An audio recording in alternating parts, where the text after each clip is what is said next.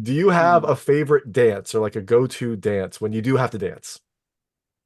Ah, man, pass. I don't know. All right, that is fair. All right, so Moonwalk, probably moonwalk. okay, the moonwalk. All right, I love it.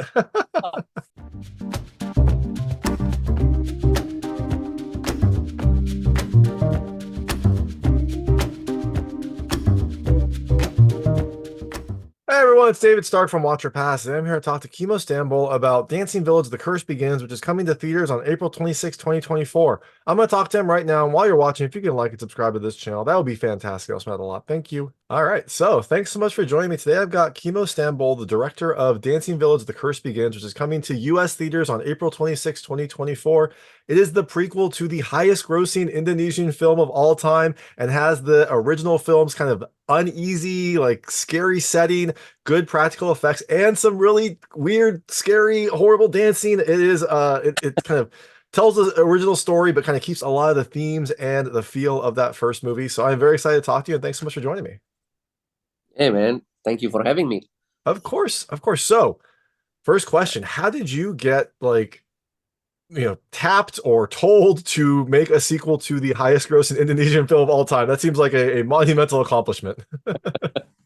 Well, because the studio I worked with the studio before in other projects, and I think they wanna for this time for the prequel, or we can say a little bit of a spin-off. Uh, they trusting me to handle this project, and I think by my previous work with them, and also it's sort of R-rated in our version in our country. And this time they said to me, "Okay, Kim, we're gonna give you a challenge to make a PG-13 film."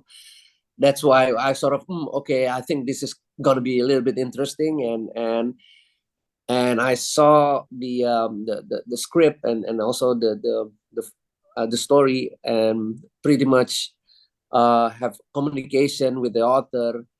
And okay, I think it's challenging enough. And also it's they said to me, and they are planning to make this a film for IMAX, so I'm really excited for that. And uh next thing you know, it's already prep time, and the script is pretty much locked and ready to go, something like that. That is awesome. It's just And very swift. Yeah, swift process, my man.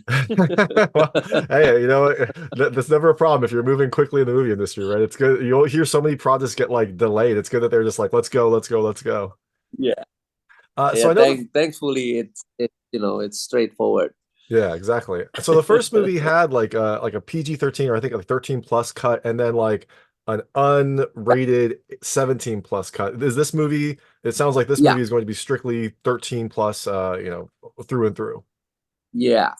Yes, definitely. I think I don't know in the US what's the rating. I think it's 13 plus as well, right? And yeah, because there is some little bit of you know a touch of goriness, but it's cool. Yeah, yeah, it's a What little you bit of guys gore, think? but it's not gratuitous, I guess.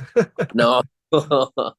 So it sounds like the studio didn't put any pressure on you. Did you have like any internal pressure trying to make a movie that to such or a prequel or spin-off to such a huge Indonesian box office success? Was Yeah, there man. any? Definitely. It's something that again, it's a successful franchise in our country, and that's gave me a big pressure. But this not to be worried about the successful rate. I'm kind of worried about how we're gonna do this in film for IMAX format, and also the material that I got, the script and also the story. It's pretty much difficult, and I'm pretty much worried about how we're gonna explain this difficult, cultural um, cultural stories from this particular area.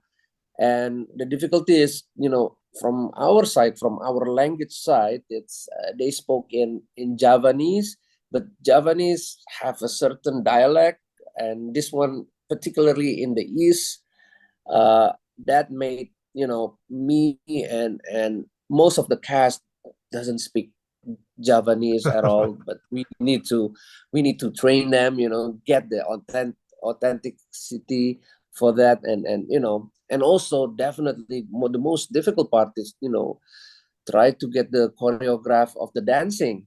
That's also something that, I never do that in my previous career. Luckily I have a kind of very senior or cool choreographer that I can work with. I'm pretty lucky about that. And yeah, man, that's, that pressure to make it right and authentic, it's pretty much there. And and also the deadline of everything in it, it's kind of tough to get it Yeah, down with. yeah, exactly. I was going to ask about the dancing scenes because they were pretty elaborate. Like, especially some towards Yeah. the end, you had costumes and choreography and like reactions to things that everyone had to like react to in a similar vein. So it sounds like that was difficult, but you had the right people to help you kind of make those happen. Yeah, man. Yeah, definitely. I'm pretty lucky in this project, man. No, exactly, exactly. And I know filming for IMAX, I don't know about now, but it used to have like very difficult, I don't know, requirements. Like you had to get special cameras and things like that. Is that still the case? Did you have to get like special IMAX cameras for the filming? No, for film for IMAX, we just have to follow the requirements of what type of camera that needs to be filmed for IMAX. So I think we just the cameras, the type of cameras that available in our territory, it's up to the standards. We talk with the IMAX people to actually get through everything that we need to do.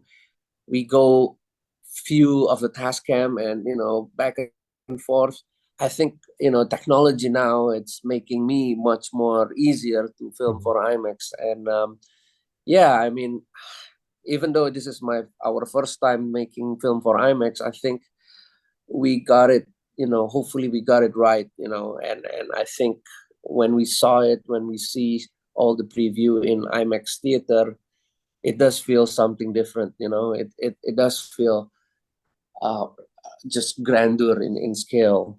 Yeah, for sure. And I know like Mm. in America, IMAX theaters they're fairly common, but you still have to go to like some theaters don't have the right format. Some people, how common is that in Indonesia? Is it a fairly common format, or is it one of those things that you have to like go to a very special theater that has it all set up and ready to go? Yeah, in here, I think similar situation back in the US.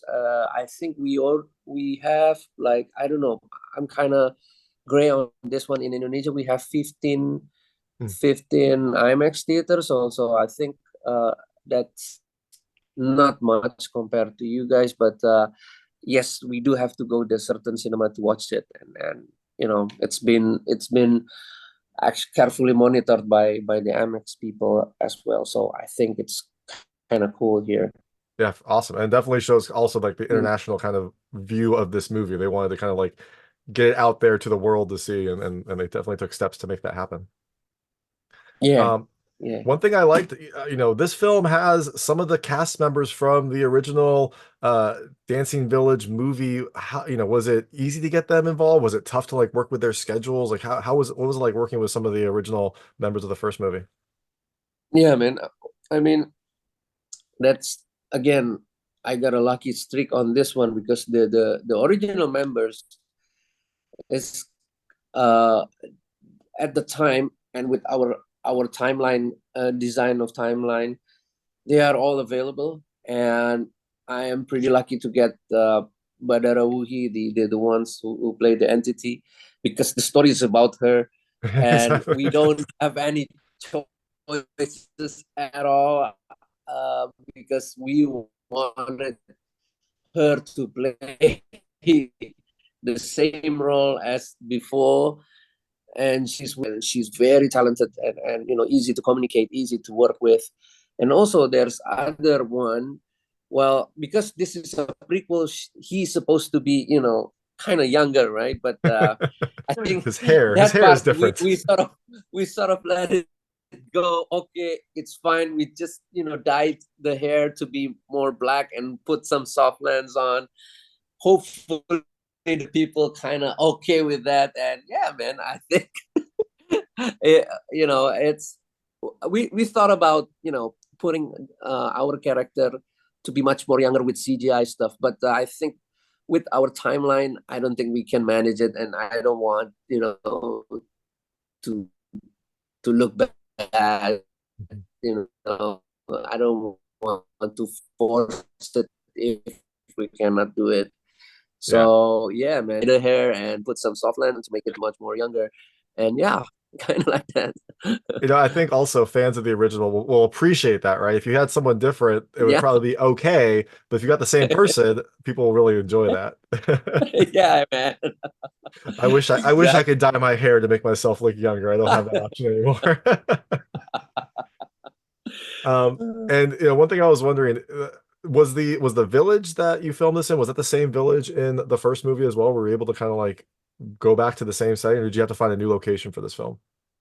Yeah, yeah. Apparently, when we do the scouting, the scouting, we actually wanted to use the old village, but the old village is already, because it's the timeline. I think it's 3 years. I think they shot it in 2019, late 2019, and at that, when we scouted, the village is already, it's not something that we can see as the story per se. So we actually tried to find another village in that area, and yeah, again, we got this one village that willing to open for us to shoot there and willing to support us with in any condition. And then we actually decide to use a different village. And but some of the set, we have to go towards to make it the same, like the bridge is still the same. In an opening scene, there is a bridge that's the same as the one at the number one. And also some of the location where we put some a bathing like a pool, that's kind of similar location, but we find another location to make it big. In the first one, I think the story, the story gone because of natural age or something Mhm. like that. And then right now, so to make it kind of connecting towards the number one. And actually the set of the dancing scene, that's also we shot on the same location as the first one. So that's one is pretty authentic. Yeah, I think that's pretty much it. Yeah. Awesome. Yeah, no, so a few places, but you're able to get most of the important scenes to look the Most, same. yeah, Yeah, yeah. exactly. So I know we have limited time. I'm going to switch to, I call it the lightning round. They're just lightweight questions about the film. I want to see how your personal experiences map to things in the movie. You can feel free to Cool. pass on any of them. I won't be offended, but I try to keep them very answerable. All right. First question, how are you as a dancer? Pretty bad. Excellent. Very honest. I like it. In the movie, there is an important scene where they drink coffee, and it has to be either sweet or bitter. Do you like your coffee sweet or bitter? Bitter. Okay, good, good. So you would be safe. I like that. You would be safe. Um, when was the last time that you took like a bath, like a public bath? Oh man, it was a long time ago. I think 2017 Oh, wow. All in right. Japan, in Oh, Tokyo. that's a great place for it too. That's a perfect place for it. This film also has some strange food being eaten from a very creepy street vendor. What is the strangest thing that you have eaten from a street vendor? From a street vendor. Hmm. Uh, a grasshopper, Bangkok. Okay, okay, that's good. That's good. A grasshopper I hope from the a answer. street Bangkok street. Hey, you know what? When in Bangkok, try the food. I'm sure it was delicious. Um, I hope the answer is no to this is no. This film also had some people being so sick that they vomited blood. Have you ever vomited blood? Blood, no, Okay. no, not Okay. blood. Okay, good. The film also had a ton of snakes. When was the last time you saw a snake in the wild? It was in the movie set. That's the safest place for it to be. And that's good that you had real snakes too. I like that. Yeah, man. So the film also deals with college students performing, I guess in Indonesia it's called KKN, which is like community service. Did you perform KKN when you were in college? No, I'm not because I go to Australia for college. That's good. Seems like maybe a safer choice given what happened to these kids in this Oh, movie. yeah, man. And the last question, do you have a favorite dance or like a go-to dance when you do have to dance? Ah, man. Pass. I don't know. All right, that is fair. All right, so the Moonwalk, film, probably. Moonwalk. okay, the moonwalk. All right, I love it. Classic. So the film is Dancing Village, The Curse Begins. It comes to American theaters on April 26, 2024. You're out promoting the film, getting the word out, but I imagine you might have some other films in the hopper. Maybe the studio wants you to take on some other giant Indonesian box office successes. After people see Dancing Village, what can they look for next from you? I think next year I'm doing right now. I'm doing prep for Netflix movies, but I cannot tell yet. But the genre is still horror, the subgenre horror. So yeah, please do wait for that. I think it's gonna be worldwide though. It's All right. Netflix. Exciting to hear. So All you right. can anticipate those future Netflix horror films. Before that, you can check out Dancing Village: The Curse Begins, coming to theaters, American theaters on April 26, 2024. This is director Kimo Stamboel. Thank you so much for your time. Thank you so much, David. Thank you for Awesome. having me. That was director Kimo Stamboel talking about Dancing Village: The Curse Begins, which is coming to theaters on April 26, 2024. It is the prequel to the highest grossing Indonesian film of all time, and it has a really great setting, some really good practical effects, and an unsettling dance, as you'd imagine in Dancing Village. If you like this interview, please like and subscribe to this channel. It helps me out a lot. Make sure all my new content goes straight to you. Thank you.